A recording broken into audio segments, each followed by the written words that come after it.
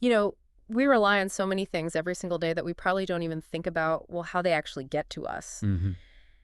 Today, we're going to pull back the curtain a bit on one of those really fundamental industries, global freight trucking. A big one, Right. often unseen, like you said. Exactly.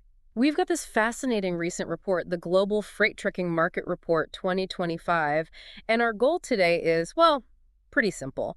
We want to extract the really crucial insights, the key figures, and just give you a clear picture of this massive world. That's right. I mean, think about it. Almost everything you buy, groceries, your phone, whatever, it's probably been on a truck at some point. For sure. And this report gives us a sense of the sheer scale. And the scale is pretty mind-boggling. It really is. For this year, 2025, the report projects the global market value at, wait for it, USD 3,378,420.0 million. Wow. So over $3.3 trillion. Yeah, roughly the entire economy of a country like Canada, just for perspective. And it's not standing still. Yeah, definitely not. Driven by how we all shop now, e-commerce, wanting things delivered fast, this market is set to grow a lot. Right. The report forecast, what, over $5 trillion by 2033? Exactly. USD 5,068,034.45 million by 2033. That's with an average annual growth rate, a CAGR of 5.20%. That 5.2%, it really highlights how essential trucking is. It's not flashy maybe, but it's a steady engine for the whole global economy. Absolutely. Okay, so what are we going to unpack in this deep dive? We'll look at that overall size and growth, obviously. Mm, But it gets really interesting when we break it down regionally. North America versus Asia, Europe. How do they compare? yeah, the regional differences are key. We'll also dive into segments, what kinds of trucks are doing the heavy lifting, how far are they going typically, what are they carrying? Lorry tanks versus refrigerated, short haul versus long haul. Exactly. And finally, we'll touch on what's actually fueling all this growth and some of the hurdles the industry faces.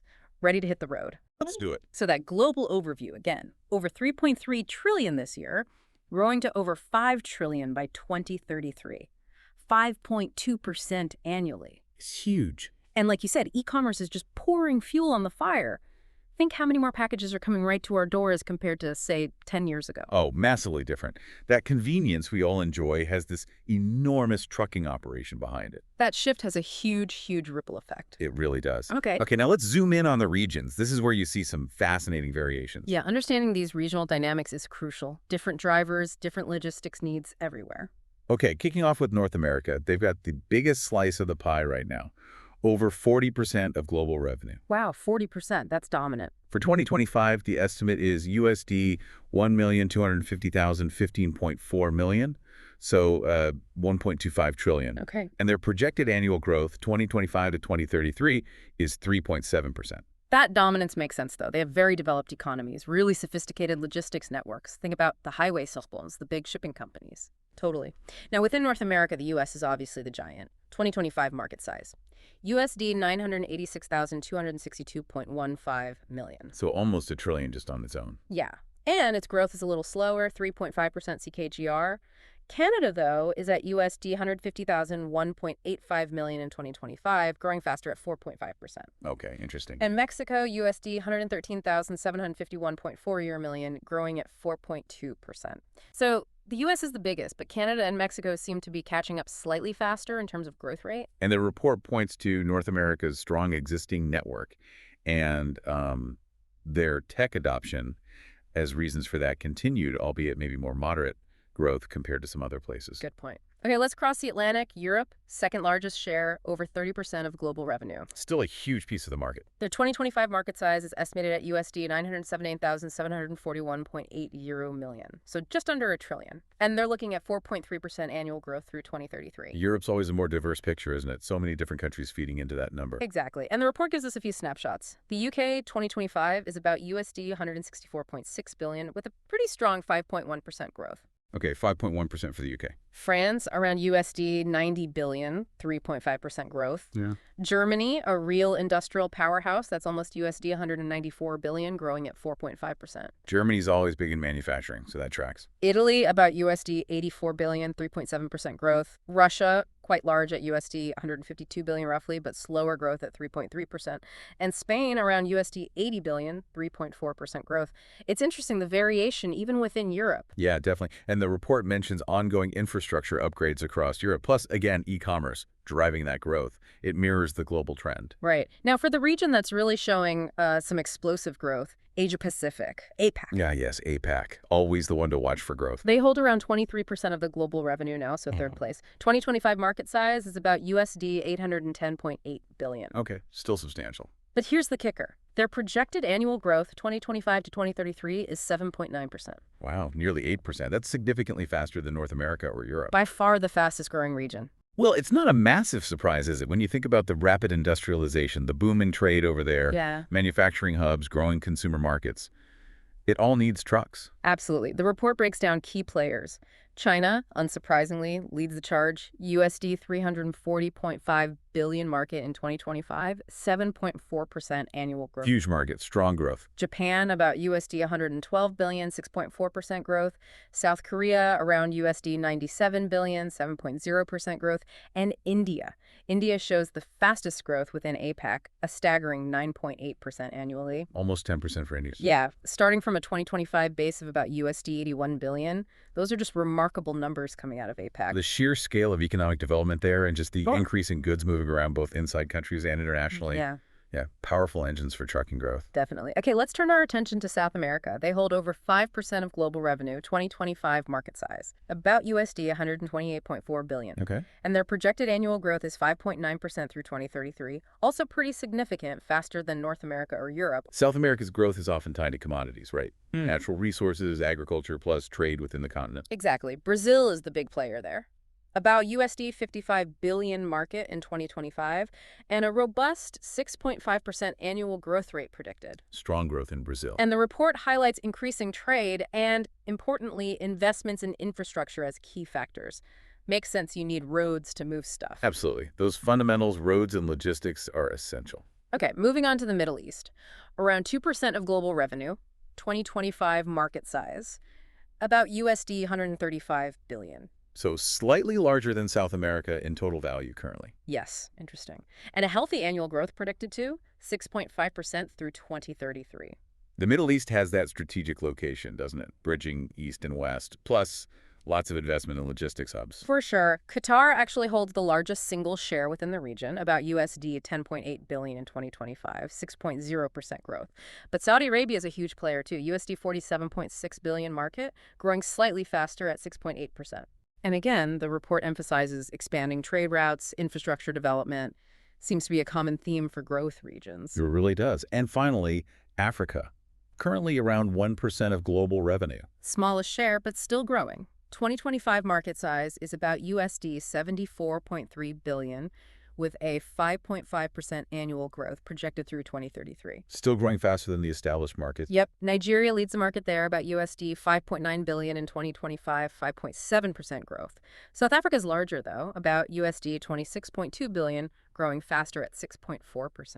Interesting. And again, infrastructure development and growing regional trade are the key drivers mentioned. So wrapping up the regions, it's pretty clear, isn't it? North America and Europe are the giants now, but the really rapid expansion, the momentum is in APAC, followed by the Middle East, South America, and Africa. We could see a bit of a shift in the global balance over the next decade. Definitely suggests a changing landscape. Okay, so we've seen that where. Now let's switch gears. How is this massive market actually broken down? The report looks at truck types, distance, cargo.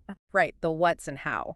Let's start with truck type. It seems lorry tanks have a major share currently. What are they mostly moving? Lorry tanks. Yeah, this is primarily for liquids and gases in bulk. Think oil and gas, obviously. Chemicals. Even things like milk or juices in the food industry. Big volumes. Got it. But the report says refrigerated trucks are the fastest growing segment. What's behind that? That's all about temperature control. The demand for moving sensitive goods is just booming. Pharmaceuticals are a huge one. Many meds need strict temperature ranges. Right. And also fresh and frozen foods, beverages. Consumers want fresher products, year-round availability. That all relies on what we call the cold chain. The cold chain. Makes perfect sense. Okay, what about distance? The report says the 50 miles or less segment is dominant right now. Why so much short haul? Yeah, short haul is king. It's largely down to urbanization, more deliveries within cities, and of course e-commerce. Think about last-mile delivery from local hubs to homes and businesses. The final step. Exactly. Plus, lots of businesses use short hauls for just-in-time inventory. Frequent, smaller deliveries rather than stocking huge warehouses. Okay.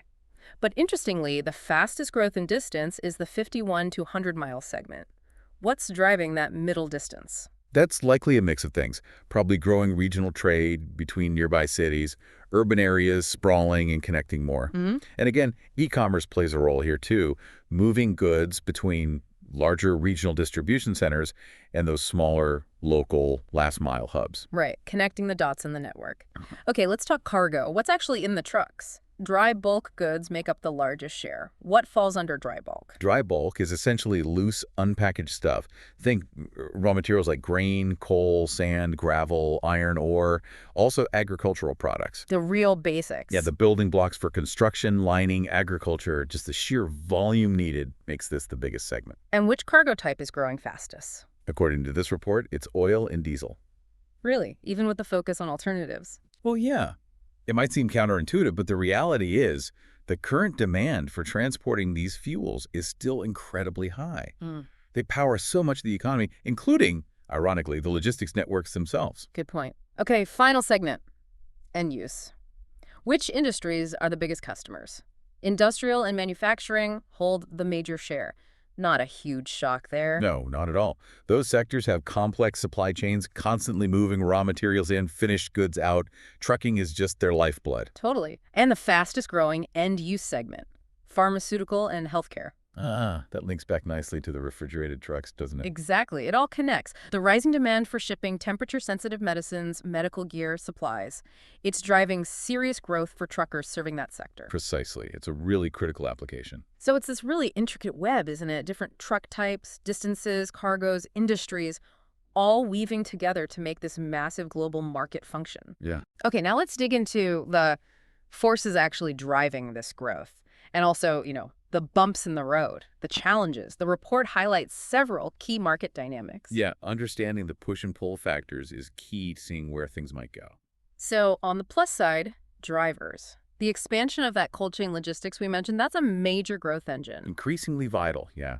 Getting perishable stuff and sensitive meds across countries, even continents, in perfect condition. Another big driver, advancements in telematics.